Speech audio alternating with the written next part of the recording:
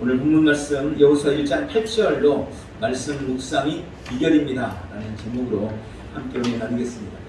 그동안 무려 9주에 걸쳐서 바른 믿음 시리즈치고는 상당히 오래 했어요. 함께 은혜 나눴습니다. 구원에 대한 또 복음에 대한 복음과 말미암아 우리가 가지게 된 나의 신분과 권세, 내가 누리고 있는 것들에 대해서 일반적으로 살펴보았습니다. 계속 말씀드렸지만 반복해서 좀 찾아서 들으시면 우리 영적인 성숙과 성장에 큰 도움이 되리라고 생각이 됩니다. 성장 시리즈를 준비를 하는데요. 그 전에 몇 가지 반드시 우리가 이 말씀들을 이해하고 우리의 삶에 누리는 데 있어서 매우 중요한 것들을 함께 나누려고 합니다. 오늘은 말씀 묵상에 대한 말씀으로 함께 나누겠습니다. 시편 1편에 보면 한 사람에 대한 이야기를 기록하고 있습니다. 그 사람은 하는 일마다 잘 됩니다.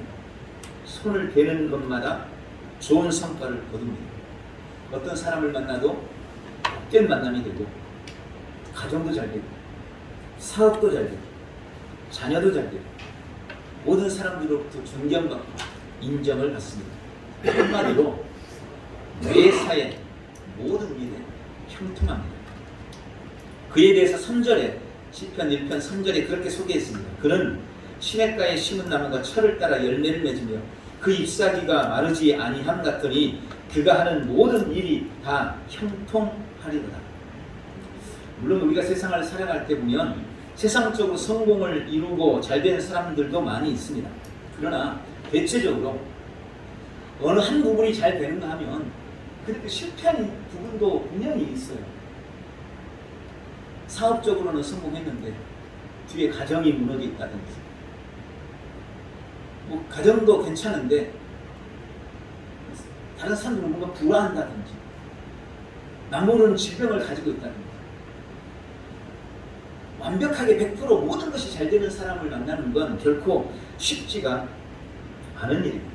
대체로 그렇습니다. 어떻게 보면 그래야 뭔가 좀 인간적인 것 같기도 하고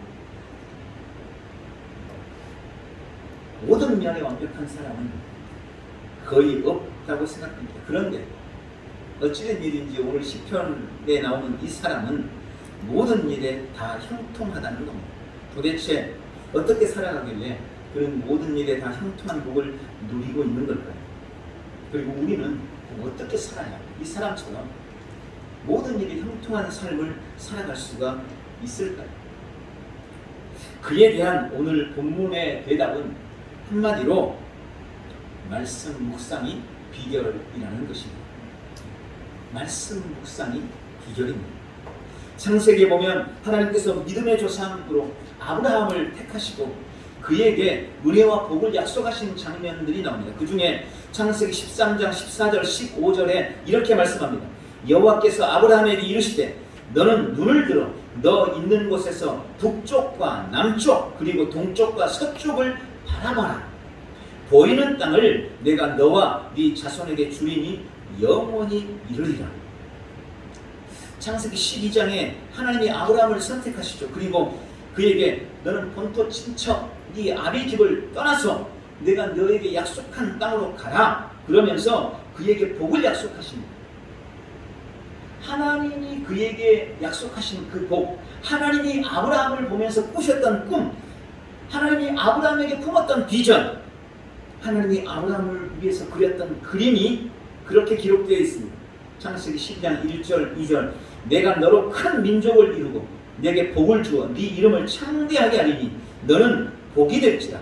너를 축복하는 자에게는 내가 복을 내리고 너를 저주하는 자에게는 내가 저주하리니 땅의 모든 족속이 너로 말미암아 복을 얻을 것입니다. 이게 하나님께서 아브라함에게 주신 복이에요. 이게 하나님이 아브라함을 보면서 꾸셨던 꿈입니다. 이게 하나님이 아브라함을 보고 그린 그림이었습니다. 그러면 이렇게 하나님이 말씀하셨으니 하나님이 약속하셨으니 하나님이 언약을 세우셨으니 그럼 저절로 당연히 되어질 것처럼 보이지만 사실 여기에는 매우 중요한 포인트가 하나 있습니다. 그것은 아브라함도 동일하게 하나님이 보셨던 그 그림을 볼 수 있어야만, 아브라함도 하나님이 동일하게 꾸셨던 그 꿈을 아브라함도 꿀 수 있어야만, 하나님이 바라봤던 그 그림을 아브라함도 동일하게 바라볼 수 있어야만 그 약속이, 그 말씀이, 그 약속의 실제가 삶에 풀어진다는 것입니다. 여러분, 우리는 많은 경우 하나님이 전지전능하시기 때문에 하나님이 말씀하셨다면 그냥 다 알아서 하시겠죠 하는 매우 종교적인 관점을 가지고 인생을 살아갑니다. 하나님 말씀하셨으면 하나님 뭐 알아서 하시는 거 아니에요? 맡기래 돼요. 그냥 맡겼으면 나는 그냥 가만히 있으면 하나님이 다 해주셔야 되는 거 아닌가요? 이런 관점을 가지고 인생을 살아가요. 그러나 하나님은 아브라함을 불러서 오늘 그렇게 말씀하십니다. 아브라함아, 넌 네 눈을 들어서 네가 있는 곳에서 동서남북을 바라봐라. 동쪽을 바라봐라. 끝까지 바라봐라. 서쪽을 바라봐라. 끝까지 바라봐라. 남쪽을 바라봐라. 북쪽도 바라봐라. 네가 바라보는 그곳, 네가 볼 수 있는 땅, 네가 보는 땅, 너에게 보이는 그 땅을 내가 너에게 줄 것이다. 이렇게 말씀하십니다. 왜 하나님 이렇게 말씀하셨을까? 하나님은 동서남북의 그 광활한 땅을 보고 계셨지만, 하나님은 보고 계셨지만 아브라함은 그 땅을 볼 수가 없었기 때문입니다. 아브라함에게는 그 땅이 보이지가 않았습니다.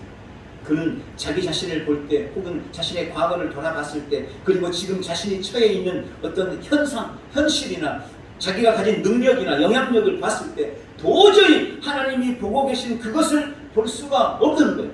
하나님은 동서남북을 다 바라보라고 하지만 아브라함이 왔을 때는 그걸 보면 무슨 소용이 있어요? 내 형편과 내 사정이 이런데 하면서 볼 수가 없었던 거예요. 아니, 보이지가 않았던 것입니다. 그럼 그렇다고 주님, 그러면 내가 지금 보고 있는 것, 내가 볼 수 있는 것, 그저 내 수준에서 보이는 것만큼만 나에게 축복해 주세요 라고 한다면, 그래서 하나님이 그렇게 축복해 주고 만다면 하나님의 뜻이 이루어지지가 않는 거잖아요. 그럼 하나님의 약속이 성취되는 것이 아니잖아요. 사실 아브라함은 그렇게 하나님께 요구했어요. 주님, 족합니다. 그냥 엘리멜렉 맞죠?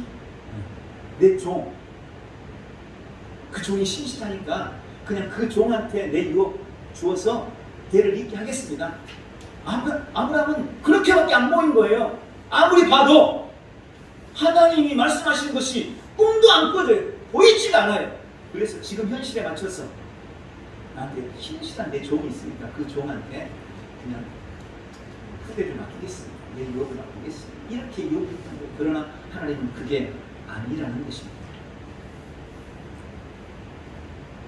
그래서 하나님은 아브라함에게 다시 말씀하시는 거예요. 나는 내가 보고 있는 것을 바라봤으면 좋겠다. 내가 보고 있는 동서남북 그 끝까지 너는 반드시 바라봐야 한다. 그러면 네가 보는 그것을 내가 너에게 주겠다 라고 말씀을 하고 계시는 것입니다. 하나님이 말씀하셨기 때문에 저절로 그냥 이루어지는 것이 아니라 그 말씀과 약속을 이룰 믿음의 반응이 필요한데, 그게 뭐냐? 하나님이 보는 것을 나도 보는 거예요. 하나님이 그린 그림을 내가 바라보는 것입니다. 하나님이 말씀하시는 것을 나도 말하는 것입니다. 하나님이 보셨던 그 그림과 일치된 그림을 내가 보는 것. 그래서 창세기 15장 5절에도 주님은 또 아브라함을 데리고 나가요. 그렇게 말씀합니다. 그를 이끌고 밖으로 나가 이르시되 하늘을 우러러 뭇별을 셀 수 있나 보라. 또 그에게 이르시되 네 자손이 이와 같으리라. 하나님은 지금 집 안에서 자신에게 자식이 없는 것에 대해서 고민하고 번민하고, 또 하나님이 그렇게 축복하셨는데 아직까지 왜 나에게 아들을 안 주시는가 원망하고 불평하고 있는 그를, 집 안에서 현실만 바라보고 있는 그를 밖으로 데리고 나가셨습니다. 그가 바라보고 있는 제한된 그림과 제한된 삶의 자리에서 그를 끌어내셨습니다. 그리고 자신의 현실만 바라보고 없는 것만 생각하고 있는 그에게 하늘을 바라보라고 말씀하십니다. 아브라함아, 약한 너만, 안 되는 이 환경만 보지 말고 하늘을 봐라. 하늘을 올려다 봐라. 그렇게 수많은 하늘의 별을 보게 하시면서 주님 말씀하십니다. 이 자손이 저렇게 하늘에 빛나는 저 수많은 별처럼 많을 것이다.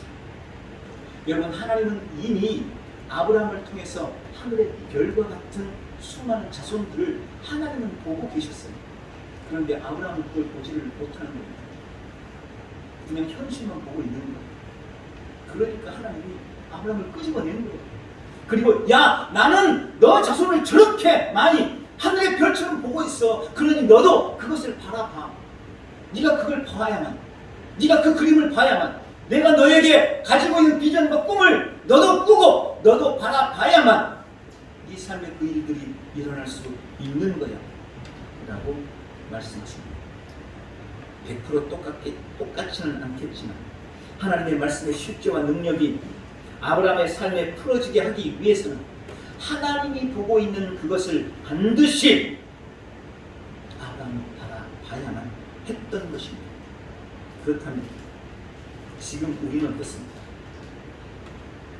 너무 오랜 시간 동안 굳어져 버린 나의 환경, 나의 상황, 나의 재정이나 나의 건강 상태, 나의 그릇 혹은 나의 재능이나 나의 인생에 대한 나의 그림을 우리는 어떻게 바꿀 수 있을까요? 어떻게 지금의 작고 보잘것없는 내 그림을 위대하고 큰 그림으로, 하나님이 나를 향해 보고 계신 그 위대한 그림으로 나의 인생의 그림을 바꿀 수 있을까요?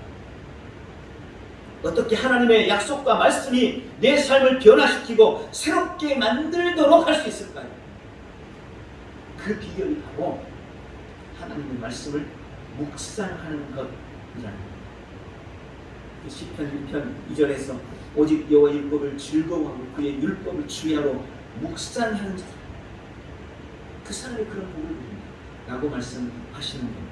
그리고 오늘 본문 여호수아서 1장 8절에서도 이 율법책을 네 입에서 떠나지 않게 하고 주야로 그 안에 있는 것을 묵상하여 그 안에 기록된 대로 다 지켜 행하라. 그러면 내가 너의 길을 번영하게 만들 것이고 네가 좋은 성공을 이룬다 라고 말씀하십니다. 본문에 이 율법책을 네 마음에서 떠나지 않게 하고 말씀하지 않고 네 입에서 떠나지 않게 하고 라고 하는데 주목해야 됩니다. 여러분, 우리는 오랫동안, 아니 지금도 마음의 초점을 맞춰왔습니다. 물론 그것이 절대 틀린 것이 아닙니다. 그러나 우리가 마음으로만 생각만 하고 있어서는 절대 변화를 기대할 수가 없습니다. 입으로 말을 해야 변화가 시작이 됩니다. 효과가 나타나는 것입니다. 효력이 생기는 것입니다. 그래서 내 마음에서는 당연하고 네 입에서도 그 말씀이 떠나지 않게 하라고 말씀합니다.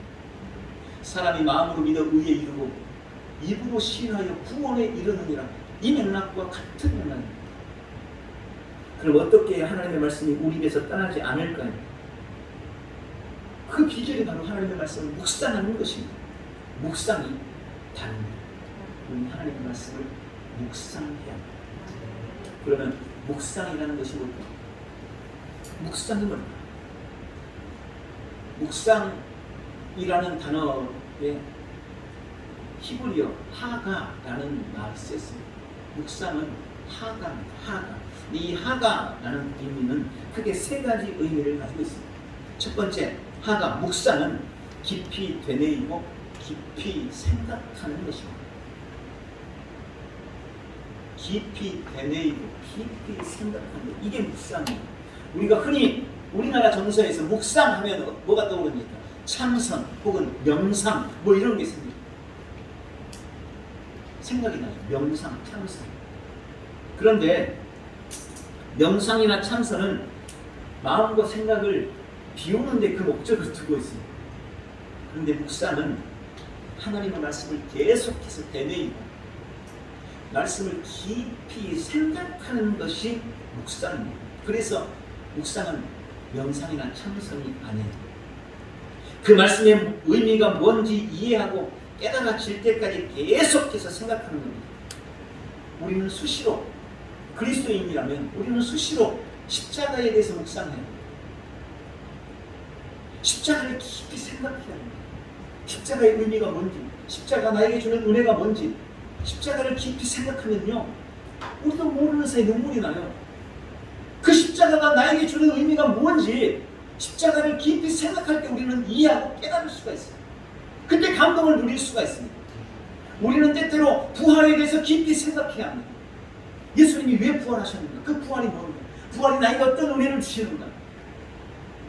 부활에 대해서 깊이 생각해야 나도 부활의 은혜와 능력을 누릴 수가 있는 겁니다. 그것에 관심을 갖지 않고 그것에 대해 생각하지 않으면 그 은혜를 누리는 길은 요원해지고 마는 것입니다. 깊은 생각, 깊은 묵상을 통해 그 은혜가 깊어지고 풍성해지는 법입니다. 현대인들은 오감을 통해 정보를 받아들이는데 너무 익숙해져 있습니다. 보고 듣고 하는데 되게 쉽지 않아요. 누워서도 볼 수 있고 들을 수 있고,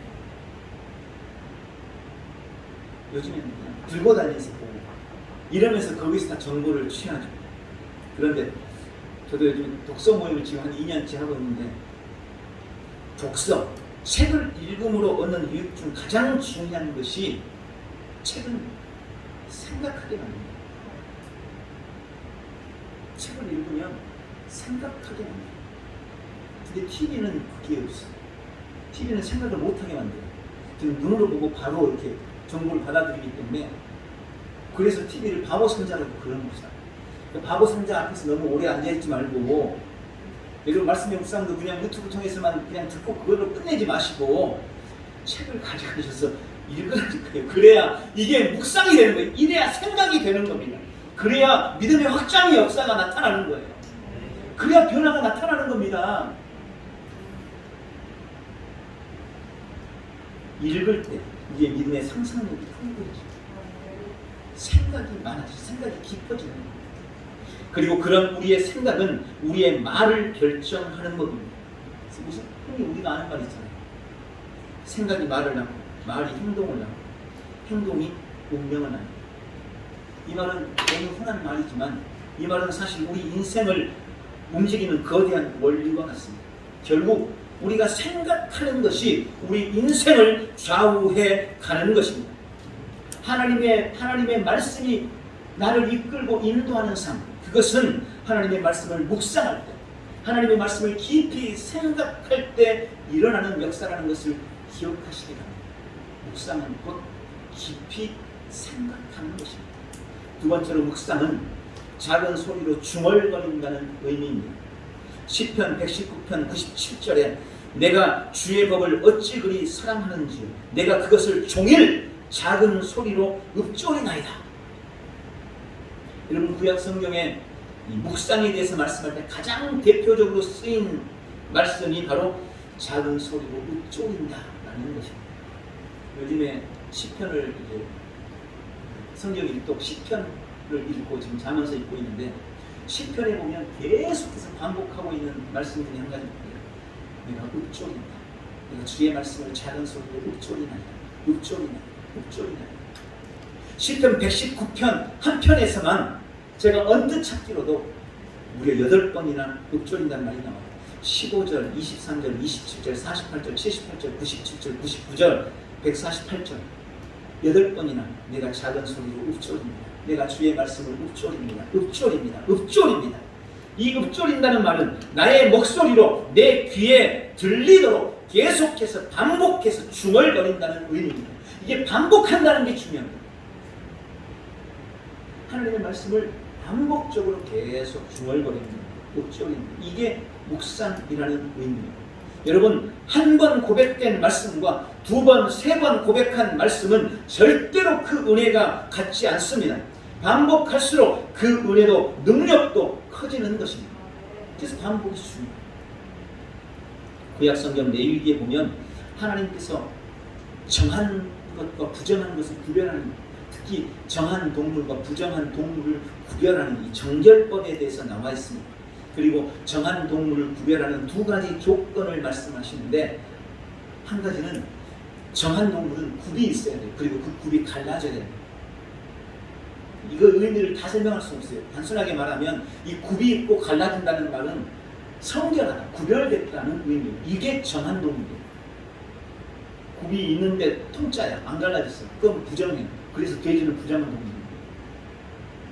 성결돼야만 정한 동물입니다.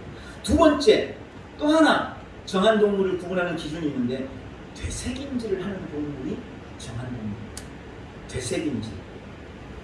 여러분, 되새김질이라는 것은 빨리 먹어서 삼킨 거친 음식을 다시 뱉어내서 꼭꼭 씹어 삼키는 과정을 되새김질이라고 해요. 그냥 얼른 씹어서 삼켰어요. 그래서 거칠어. 그럼 어때요? 거친 음식은 소화가 안 됩니다. 소화가 안 되면 그게 양분이 안 되는 거예요. 여러분, 이건 매우 중요한 의미입니다. 정한 동물이 계속해서 속에 있는 음식물을 뱉어내서 꼭꼭 씹어 소화를 시키듯이, 우리가 하나님의 말씀을 계속해서 내 입에서 읊조리며 고백하는 이 반복적인 과정을 통해 말씀이 내 안에서 잘 소화된 좋은 양식, 내 영혼을 키우는 영양분이 된다는 겁니다. 그래서 묵상은 하나님의 말씀을 내가 계속해서 중얼거리면서 반복해서 읊조립니다. 네, 그래야만 그 말씀이 내게 양분이 됩니다. 내 영의 양식이 될 수가 있는 거예요. 그냥 대충 삼켜버려서는 이게 양분이 안 돼요. 영양분이 안 되는 겁니다. 그냥 다 제출되고 마는 거예요. 그래서 말씀을 묵상할수록 우리 영은 건강해지고 더욱 성장해 갈 수가 있는 것입니다. 묵상을 통해서 하나님의 말씀을 완전히 내 안에서 소화되어 하나님의 말씀은 내 자신이 되고, 그때 말씀의 은혜는 내 삶에서 누려질 수가 있는 것입니다. 예수님도 그런 삶을 사셨어요. 그래서 말씀이 육신이 됐다. 우리는 그런 목표를 가지고 말씀을 묵상해야 되는 것입니다. 말씀이 내 자신이 되고, 아무 말이나 꺼내면 그 말씀이 튀어나오더라고요. 옛날 매를 때리면, 누가 뒤통수를 때리면 예수 천당! 나왔던 어떤 목사님처럼 내 뒤통수를 때리면 내 입에서 말씀이 튀어나오더라고요. 계속해서 말씀을 묵상합니다. 이것이 승리의 비결이라는 것입니다. 그러므로 주님이 말씀을 통해 보고 계신 내 인생의 그림을 나도 보고, 주님이 그려가시는 그 말씀을 붙들고 계속해서 읊조리고 고백하며 승리의 삶을 이기시기 바랍니다. 세 번째로, 묵상이라는 것은 큰 소리로 포용하고 선포하는 것입니다. 하가, 즉 묵상이라는 의미는 으르렁거리고 포효한다 라는 의미가 있습니다. 으르렁거린다. 여러분, 사자를 생각해보세요. 사자가 자기에게 위협이 되거나 혹은 앞에 적을 만나면 으르렁거리죠. 사자는 그런 게 아니에요. 개나 고양이도 그러잖아요. 적이 출현하거나 뭔가 상황이 위협을 느끼면 어떡합니까? 이러잖아요. 으르렁거리잖아요. 이게 묵상이라는 말이라는 거예요. 먹잇감을 앞에 두고 혹은 싸움을 앞에 두면 사자는 어떻게 합니까? 산천이 떠나가도록 포효합니다. 하면서 자기, 나 여기 있다. 내가 동물의 왕이다. 이걸 포효를 통해서 나타내는 거예요. 여러분, 이게 묵상이에요.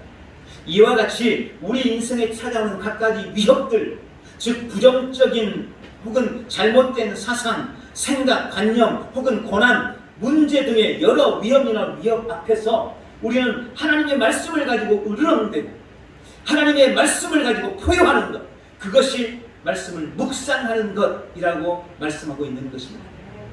이걸 조금 바꿔 표현하면, 우리 삶의 문제 상황이나 대적 앞에서 우리는 말씀으로 공격적인 태도를 취하고 말씀으로 단호하게 거절할 것을 거절하고 말씀으로 단호하게 명령할 것을 명령하는 것. 여러분, 그게 묵상입니다. 예를 들어서 삶의 고난이 찾아올 때 우리는 시편 27편을 통해서 이렇게 묵상할 수 있습니다. 예수님은 나의 빛이며 예수님은 나의 구원이시다. 예수님은 나의 생명의 능력이시다. 나는 너를 두려워하지 않아. 고난아, 나는 네가 전혀 무섭지 않다. 나의 대적인 너는 네 앞에서 넘어지고 엎어지고 말 것이다. 그러니 고난아, 네 앞에서 떠나가라. 이게 묵상입니다. 삶의 궁핍이 찾아올 때 우리는 10편 23편을 통해서도 묵상할 수 있습니다. 주님은 나의 목자시다. 하나님이 나의 무한한 공급자이시니 나는 결코 부족함이 없다. 궁핍은 떠나갈지어다. 나는 언제나 푸른 풀밭으로 쉴 만한 물가로만 인도함을 받는다. 나는 안전하다. 내 자는 지금 은혜로 넘치고 있다. 나는 영원히 주님의 집에 거할 것이다. 목자이신 주 안에서 나는 항상 풍성하다. 모든 가난과 결핍과 부족함은 내 삶에서 떠날지어다. 육신의 질고와 병 앞에서 우리는 이렇게 묵상할 수 있습니다. 예수님은 이미 나의 질병 때문에 채찍질 당하셨다. 그때 나는 이미 치료받았다. 그러므로 질병아, 나는 너를 단호히 거절한다. 너는 나와 상관이 없다. 나는 주 안에서 건강하다. 예수님의 이름으로 명한다. 나를 속이는 악한 질병은 내 육체에서 떠나갈지어다. 또한 우리는 주께서 내게 행하신 일 혹은 내가 믿을 때 내 안에서 일어난 놀라운 일에 대해서도 묵상할 수 있습니다. 나는 하나님의 본성과 하나님의 생명으로 거듭난 새로운 피조물이다. 그러므로 사탄, 마귀야, 나는 너를 능가한다. 세상아, 나는 너의 정복자다. 오늘도 나는 너를 이기고 승리한다. 세상아, 기다려라. 내가 가고 있다. 여러분, 이렇게 말씀을 붙들고 말씀으로 의로운 것, 포용하는 것, 말씀으로 선언하고 선포하는 것, 이것이 묵상이라는 겁니다. 날마다 하나님의 말씀을 내 안에서 깊이 되뇌이고 깊이 생각하십시오. 날마다 말씀을 입으로 중얼거리면서 반복해서 계속 읊조리고 고백하십시오. 날마다 하나님의 말씀과 내가 믿을 때 일어난 그 놀라운 일들을 선포하고 큰 소리로 포용하십시오. 그게 묵상입니다. 그럴 때 내 삶에 놀라운 변화들이 일어날 것입니다. 마지막, 그 묵상을 통한 유익은 무엇입니까? 성경은 하나님의 말씀을 묵상함으로 얻는 유익과 은혜에 대해서 여러 가지를 약속합니다. 그 중에서 오늘은 본문 여호수아서 1장 8절의 말씀을 함께 나눴습니다. 이 율법책을 네 입에서 떠나지 않게 하고 주야로 그 안에 있는 것을 묵상하여 그 안에 기록된 모든 것대로 지켜 행하라. 그리하면 네가 너의 길을 번영하게 만들 것이고 내가 좋은 성공을 이루리라. 자, 하나님을 묵상하는 자는 오늘 본문에 보니까 그 길이 번영하고 좋은 성공을 이룰 것이라고 약속합니다. 그런데 우리가 본문을 읽다 보면 좀 부담스럽고 어렵게 느껴지는 부분이 있습니다. 그 부분이 뭐냐면 바로 그 안에 기록된 모든 것대로 다 지켜 행하라라는 이 명령입니다. 대체로 우리는 말씀을 묵상한다는 것은 쉽게 생각이 돼요. 묵상은 말 그대로 내가 그냥 생각하고 계속 읊조리고 선언하고 선포만 하면 되니까 그건 나 혼자 해서 끝나는 거잖아요. 그런데 그 안에 기록된 대로 다 지켜 행하라. 이 안에 기록된 게 얼마나 많아요.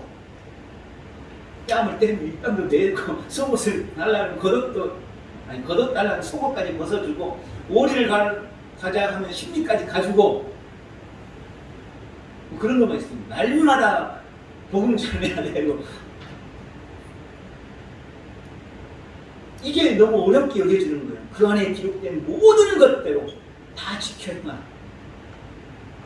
그래서 이 부분이 해결되지 않으면 번영이고 좋은 성공이고 이건 다 남의 이야기고 나와는 상관없는 것처럼 여겨지고 맙니다.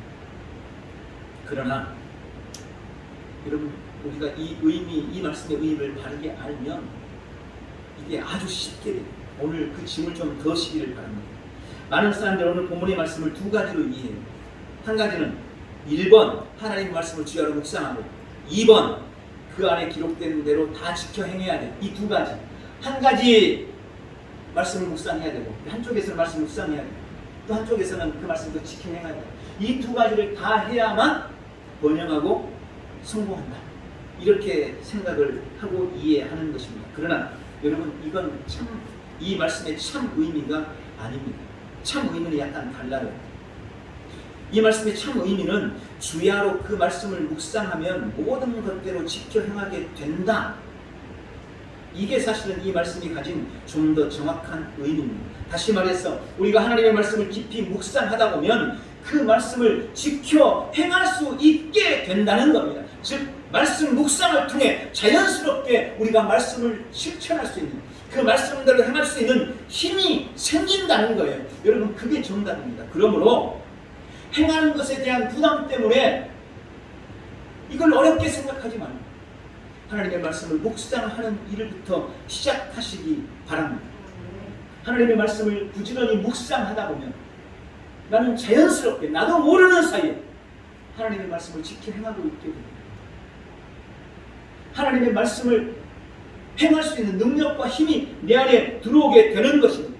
그게 바로 말씀이 가진 놀라운 능력입니다.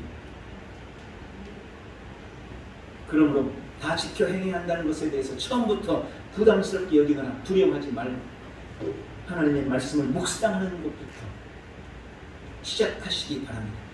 그럼 하나님의 말씀이 주는 유익 한마디로 번영하고 성공하는 것인데 개역 개정에는 그렇게 말씀했습니다. 길이 평탄하고 형통하게 된다. 여기 번영한다는 말의 의미는 모든 난관을 해치고 번영함으로 다름질하고 뛰어오른다는 의미입니다. 두 가지 의미예요. 첫 번째, 어떤 난관도 이기게 된다. 여러분 우리가 하나님의 말씀을 묵상하면 우리는 우리 인생에 찾아오는 어떤 난관도 이기게 됩니다. 난관이나 어려움이 없는 인생이 어디 있습니까? 그러나 하나님의 말씀을 묵상할 때 우리는 어떤 인생의 어려움이나 난관도 뚫고 그 난관을 해치고 일어날 수 있다고 약속하고 있습니다. 인생의 환난이나 권고나 질병이나 가난이나 핍박이나 위험이나 여러 가지 인생의 어려움을 이길 수 있는 힘, 그게 바로 말씀 묵상에 있다고 말씀하시는 것입니다. 두 번째는 번영하고 번영합니다. 여러분 돈이 돈을 부른다는 말 있잖아요. 돈이 있는 사람이 돈을 더 쉽게 버는 거예요. 그래서 돈이 돈을 부르는 것처럼 번영은 더 큰 번영을 불러옵니다.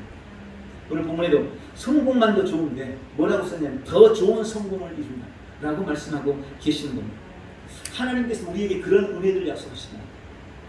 영광 위에 영광, 은혜 위에 은혜, 능력 위에 능력, 주님은 그렇게 표현하십니다. 이것은 더 말할 수 없는 영광, 최상의 은혜, 최고의 능력을 뜻하는 것입니다. 마찬가지로 번영할 수 있는 최고의 번영, 성공하되 최상의 성공을 우리 주님은 하나님의 말씀을 묵상하는 자에게 약속하고 계시는 것입니다. 하나님의 말씀을 묵상하는 사람은 삶이 고난스럽고 어려움이 찾아와도 패배자의 마음을 결코 갖지 않습니다. 현실은 아무해도 그는 언제나 최고의 축복을 구하고 그것을 바라보며 그것을 마침내 이루어냅니다. 현실 앞에 좌절하지 않습니다. 시냇가에 심은 나무처럼 철을 따라 열매를 맺고 잎사귀가 마르지 않으며 모든 하늘 일에 형통함을 누리게 될 것이라고 말씀하고 계십니다. 오늘 이 묵상이 주는 비밀을 깨달으시기 바랍니다. 말씀을 냈습니다. 하나님께서 말씀을 통해 보여주신 그림을 내가 내 안에서 바라볼 때 현실에서 역사가 나타납니다. 하나님이 주신 치유를 내가 내 안에서 바라볼 수 있어야 돼. 하나님은 그렇게 보시는데 내가 그렇게 못 보면 내 안에 치유는 나타나지 않습니다. 주님이 치유된 나를 바라보시는 것처럼 나도 치유된 나를 바라볼 때 내 안에 치유의 역사가 나타나는 것입니다. 내 안에서 내가 열매를 바라볼 때 내 삶에서 열매가 맺어지는 것입니다. 내가 내 안에서 부요를 바라볼 때 내 삶에서 부요함이 나타나는 것입니다. 그리고 그것은 부지런히 말씀을 묵상할 때 누리는 은혜입니다. 말씀이 묵상될 때 우리는 하나님이 보는 그 그림을 나도 볼 수 있게 되는 것. 그것이 오늘 말씀의 핵심입니다. 오늘 말씀이 주는, 묵상이 주는 은혜와 축복을 깨닫고 여러분의 전 삶의 그 유익을 누려나가는 복되고 귀한 성도들 다 되시기를 예수님의 이름으로 축원합니다. 기도하겠습니다. 사랑하는 주님, 오늘 묵상의 중요함을 깨달았습니다. 날마다 말씀의 묵상을 통해 하나님이 나를 향해 보고 계신 그림을 나도 믿음으로 바라볼 수 있게 도와주옵소서. 전 삶의 하나님의 은혜와 축복을 누리는 우리 온 성도들 범사에 번영하고 더 좋은 성공을 이루는 복되고 귀한 성도들 다 되도록 묵상의 유익을 온전히 누리도록 축복해 주시옵소서. 예수님의 이름으로 기도하옵나이다. 아멘.